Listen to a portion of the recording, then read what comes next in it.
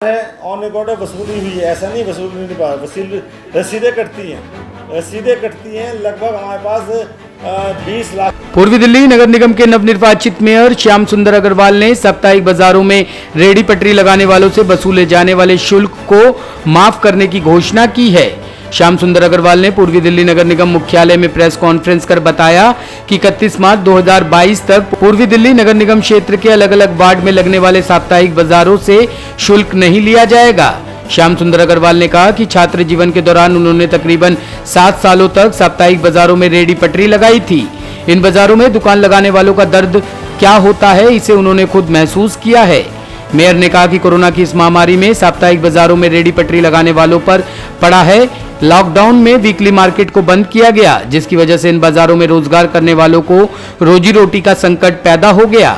महापौर ने कहा कि दिल्ली सरकार को साप्ताहिक बाजारों में दुकानें लगाने वालों को आर्थिक मदद करनी चाहिए।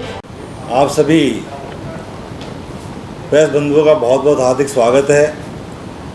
मेरे साथ हमारे भारतीय जनता पार्टी दिल्ली प्रदेश के उपाध्यक्ष राजीव बब्बर जी हैं, जो तय बाजारी का और खोखा पटरी वालों की समस्याओं को देखते हैं। हमारे बीच में अभी डैम्स कमेटी के चेयरमैन पवार जी, जो होने वाले स्टैंडिंग कमेटी के चेयरमैन भी हैं। मेरे साथ हमारे शाहदरा जिला के अध्यक्ष भाई अंकुश शर्मा जी भी हैं। साथियों, आज आपको विशेष तौर से इसलिए बुलाया गया था, दिल्ली में सभी बाजारों को खोलने की घोषणा हो चुकी है, लेकिन दुर्भाग्य की बात यह है, एक खोखा पटरी वाले जिनका कमाने का कोई साधन नहीं है, केवल साप्ताहिक बाजार लगाते हैं। साप्ताहिक बाजारों को अभी तक खोला नहीं गया है, जिसके कारण पूर्वी दिल्ली नगर निगम में लगभग 55,000 लोग हैं जो अपनी आजीविका चलाते हैं केवल साप्ताहिक बाजार लगा के। हम लोगों ने इन पर ध्यान दिया, हम जितने राहत दे सकते थे हमने अभी से लेकर और 31 मार्च 2022 तक इनसे कोई भी शुल्क ना लेने की घोषणा की है। कमिश्नर महोदय के साइन हो चुके हैं, परमिशन मिल चुकी है, इन सब कोई शुल्क नहीं लिया जाएगा। इनकी समस्या को देखने वाला नहीं है। ये लोग प्रतिदिन साइकिल के माध्यम से, रिक्शों के माध्यम से अपना सामान लेके जाते हैं और सामान लेके अपने वहाँ दुकान लगाते हैं और शाम को दुकान हटाते हैं। दुकान को लगाना, दुकान को हटाना कितनी मेहनत का काम है। कई बार जब ये घर से चलते हैं, मौसम अच्छा होता है, रास्ते में मौसम ख़राब हो जाता है, इनका माल भीग जाता है। और ये मैं आपको इसलिए बताऊँ कि मैं खुद भुगतभोगी हूँ। मैंने खुद 7 साल तय बाजारी लगाई है। सोमवार को अनारकली लगाना है, मंगलवार को गाजियाबाद जाना है, बुधवार को गांधी लगाना है, वीरवार को सलमपुर लगाना है, शुक्रवार को शाहदरा लगाना है, शनिवार को किशन लगाना है और संडे को चांदनी चौक लगाना है। डेली इतना सामान को उठा के लेके जाना करना, मैं समझता हूँ कि इनको तो ऐसे समय पे दिल्ली सरकार को राहत देनी चाहिए।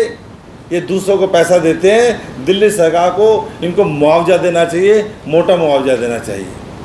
आज पूरी दिल्ली की निगम की हालात पैसे के मामले में बहुत ख़राब है। यदि हमारे हालात अच्छे होते तो हम स्वयं देते, हम इनसे नहीं मांगते। इनकी तो किसी का ध्यान ही नहीं है। साइकिल लेके जाते हैं, कई बार स्लिप हो जाती है। हमने देखा है कि नाली में उनका सारा माल गिर जाता है, बारिश में भीग जाता है। तो पूर्वी दिल्ली नगर निगम ने ये घोषणा की है कि हम लोग इनसे कोई भी शुल्क नहीं लेंगे। अभी आपने पिछले देखा होगा कि प्रधानमंत्री योजना के तहत पटरी वालों को 10-10 हज़ार रुपये लोन दिया गया है। 10 हज़ार रुपये लोन पूर्वी दिल्ली नगर निगम में 5,312 लोगों को चिन्हित करके लोन दिया जा चुका है। बाकी पाइपलाइन में है, जिनके डॉक्यूमेंट पूरे होंगे उनको भी लोन मिलेगा। और मैं बताना चाहता हूँ, ये लोन केवल 1% सालाना, 1% सालाना ब्याज पे है। 1% सालाना ब्याज पे हम लोग उनको लोन देने वाले हैं। और यदि उसने लोन को समय से दे दिया तो वो ब्याज भी माफ़ हो जाएगा। खोखा पटरी तय बाजारी की चिंता करने वाले यदि कोई है तो हमारी पार्टी है, प्रधानमंत्री मोदी जी हैं, जो सबकी चिंता करते हैं, एक एक वर्ग की चिंता करते हैं। उसी के तहत ये सब काम किया गया है। और हम लोग आगे भी इनके लिए जो भी अच्छी योजनाएं ला सकते हैं, इनकी जो फ़ायदा पहुंचाते हैं पहुंचाएंगे। अब मैं अपने राजीव बब्बर जी से कहूँगा कि वे डिटेल में थोड़ा प्रकाश डालेंगे। राजीव बब्बर जी, पहले सवाल बताइए। कितने फायदा होगा, कितने दुकानदार को फायदा होगा? लगभग 55,000 लोग हैं जो खोखा पट्टी लगाते हैं। तय बाजार केवल 55,000 लोग हैं जो लगाते हैं, उनको लाभ होगा। इनसे कोई शुल्क नहीं लिया जाएगा। यदि कोई शुल्क मांगता है हमें बताएं, हम लोग उसके खिलाफ तुरंत एक्शन लेंगे। और एक और बात हमने आज कही है कि जो भी इंस्पेक्टर वहाँ जाएगा गले में अपना आई कार्ड डाल के जाएगा, बिना उससे कोई नहीं जाएगा, उसकी पहचान हो सकेगी। अभी क्या कहते हैं, वो बताते हैं कि मुझे पैसा दीजिए। अवैध उगाई करने वाले कई लोग हैं, हमारे संज्ञान में आएंगे, उनके खिलाफ भी कार्रवाई करेंगे। सर, इस तरह से तो निगम का राजस्व का भी घाटा लग रहा है। ऐसा कोई हमारे बीच में हमारे नेता सर सतपाल जी भी आ गए हैं, उनका भी स्वागत है। इसमें कोई ऐसा खास राजस्व का नुकसान नहीं होने वाला। जो हमारा राजस्व आता है और उसमें कोई फर्क नहीं पड़ने वाला। लेकिन इस टाइम राजस्व की बात नहीं है, इस टाइम 55,000 लोगों की चिंता है। 55,000 लोग जो खाली बैठे हुए हैं, जिनका कोई काम धंधा नहीं है, जो भुखमरी के कगार पे हैं, जो लोगों से पैसा उधार ले लेके अपना घर चला रहे हैं, उनकी चिंता करने वाली बात है। चुनावी वर्ष है, चुनावी वर्ष को चुनाव को भी 1 साल है। नहीं सर, चुनावी वर्ष को देखते हुए कोई ऐसा डिसीजन नहीं किया गया। मैं कह चुनाव को भी 1 साल है, चुनावी वर्ष नहीं है। ये कोविड काल हुआ है। आप कोविड को देखिए, कोविड से जोड़ के देखिए, उनकी हालात को देखिए। 10 रुपया डेली का है। 10 रुपये से भी अभी जो 200-300 दिन लगभग बचते हैं, 3,000 रुपये होते हैं। प्रत्येक व्यक्ति को 3,000 का फायदा होने वाला है। आप 10 रुपये मत देखिए, आप 3,000 रुपये को देखिए। एक साथ ये 55,000 जो आप बता रहे हैं, ये EDMC की बात कर रहे हैं? मैं EDMC की बात कर रहा हूँ। EDMC में नॉर्थ जोन, साउथ जोन। दूसरा सवाल मेरा, क्या EDMC में लगने वाले हफ्तेवारी बाजारों से MCD को रेवेन्यू हासिल होता है? सर जितना होना चाहिए उतना नहीं होता। क्या कारण है? जितना होता उतना नहीं होता। मैं आपको बोल रहा हूँ, कारण कुछ भी है। हम इसलिए इसको शुल्क मुफ्त कर रहे हैं, बिल्कुल मुफ्त कर रहे हैं। आने वाले समय में अगर हमारे हालात ठीक हो सकता है, हम हमेशा के लिए मुफ्त कर रहे हैं। बहुत जगह अनऑथराइज तरीके से भी वीकली मार्केट्स लगती हैं और ये आंकड़ा निगम के पास पे है। ऐसे में क्या ये नियम उन लोगों पर भी लागू होंगे? बिल्कुल लागू होंगे, चाहे ऑथराइज या अनऑथराइज। बाजार तो लग रहे हैं ना अभी। सबकी आजीविका का सवाल है, सबके काम धंधे का सवाल है। हम किसी काम धंधा नहीं छीनना चाहते। इसके अलावा बहुत बड़ी संख्या में वो भी रेडी पट्टी लगती हैं। हम तो चाहते हैं सबको काम मिले, सबको काम मिले। हम आने वाले समय में ऐसी भी योजना बनाने की सोच है कि अगर हमें स्थान खाली मिल जाए तो हम इनको कहीं व्यवस्थित ढंग से। आपने अभी कोविड की बात की है, कोविड को देखते हुए कुछ नियम बना रहे हैं। अगर ये लोग अपनी पटरी पर वापस आ रहे हैं, उसके लिए क्या नियम तय किए जा रहे हैं? जो भी दुकानें खोलने के नियम, वो इनके साथ नियम है। जो दुकानें खोलने के लिए नियम बनाए गए हैं, वो सेम नियम इन पर लागू होंगे। तो उसके लिए कोई टीम तैयार करेंगे? कौन देखेगा ये सब? ये सब पुलिस देखेगी, हमारे MCD के जो अधिकारी वो देखेंगे। सत्ता पक्ष के फैसले का पूर्वी दिल्ली नगर निगम विपक्ष मनोज त्यागी ने स्वागत किया है। साथ ही उन्होंने कहा कि कोरोना की इस महामारी में छोटे दुकानदारों की कमर टूट गई है। ऐसे में पूर्वी दिल्ली नगर निगम को इन दुकानदारों से लिए जाने वाला हाउस टैक्स सहित सभी तरह का शुल्क माफ करना चाहिए। देखिए, उसको मैं इस तरीके से देखता हूँ कि साप्ताहिक बाजार, जो आम आदमी जिसको रोजगार नहीं, व्यापार नहीं, धंधा नहीं, बहुत सारे लोग ऐसे भी हैं जिनकी छोटी छोटी दुकानें हैं। साप्ताहिक बाजार की पर्ची कितने रुपए की कटती है आप सब लोगों को अच्छी तरह पता है। उससे किसी बाजार वाले पे कितना प्रभाव पड़ता है, ये चलो आपने माफ़ किया, उसका हम आदर करते हैं, सम्मान करते हैं, एक अच्छी पहल है। लेकिन इसके साथ साथ हमारी मेयर साहब से एक और दरख्वास्त भी है आपके माध्यम से, मीडिया के माध्यम से।